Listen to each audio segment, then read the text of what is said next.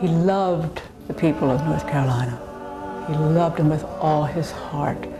And his motto was always, every Tar Heel will be a Catholic.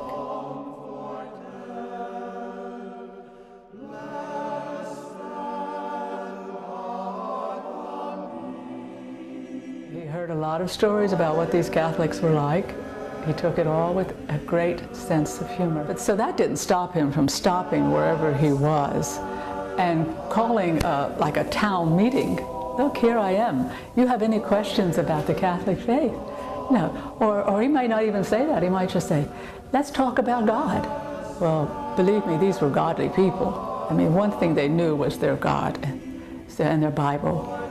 So they would come out of curiosity. They loved it when this priest, because this was somebody they had never seen before.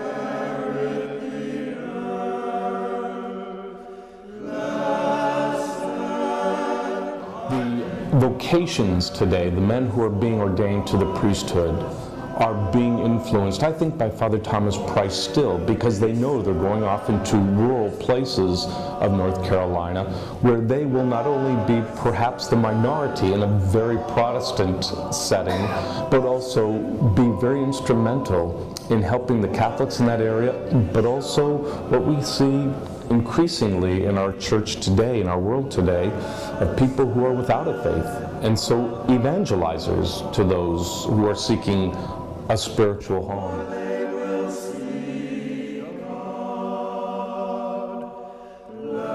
Promoting mission, of course, must be at the heart of our teaching, because that's who we are as Catholics. That we are the universal church, always emphasizing that we are strengthened and united as the body of Christ, as sisters and brothers.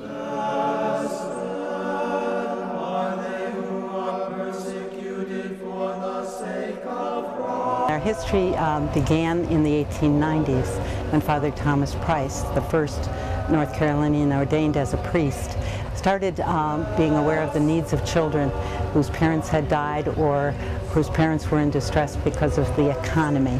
The Catholic Center was opened in 1965 to respond to the changing needs of children. At that time it was behavioral treatment that was needed, and that was provided here. And we work with all the parishes of the Diocese of Raleigh in the outreach which they do at their local sites. It's a proud tradition, and we have been blessed with many graces and continue to be blessed.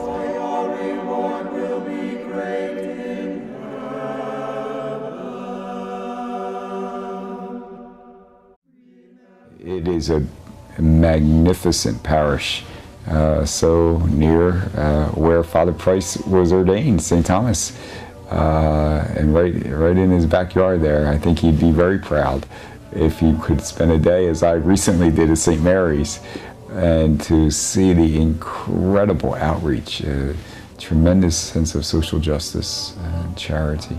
We serve about 35 people a day, because that's all the chairs we have. So we serve 35 a day, and that's what we give them: food, clothing. We set up households, we set up apartments. For those, we have furniture, so we pick up furniture and deliver furniture free of charge.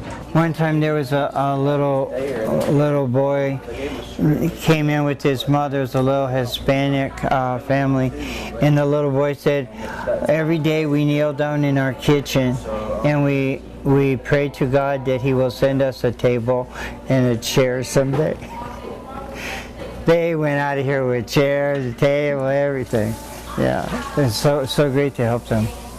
And said, you know, we have people we're meeting, we're doing the work, we are stewards, we are doing mission, we are called to bring in Father Price's vision of something locally and something globally into the mainstream, and here we are. What do you most identify for yourself with Father Price? I think he was a visionary person. I think he saw the need of advocacy as well as compassionate care in our community, and he was embracing of all people, and I hope I can be a model of that. I hope I can do that as eloquently as he's done it. Being in North Carolina, I came up with the idea that, you know, Maryknoll had a place here. And I began collecting some of the articles that we had, and Price was right, for example, was one of the ones that came into North Carolina Catholic, and it reiterates his life. And so this whole idea of missionary life in North Carolina, we learned that Father Price was here in so many wonderful dimensions, and bringing that alive now again is really a beautiful piece of history that I'm very happy to be part of.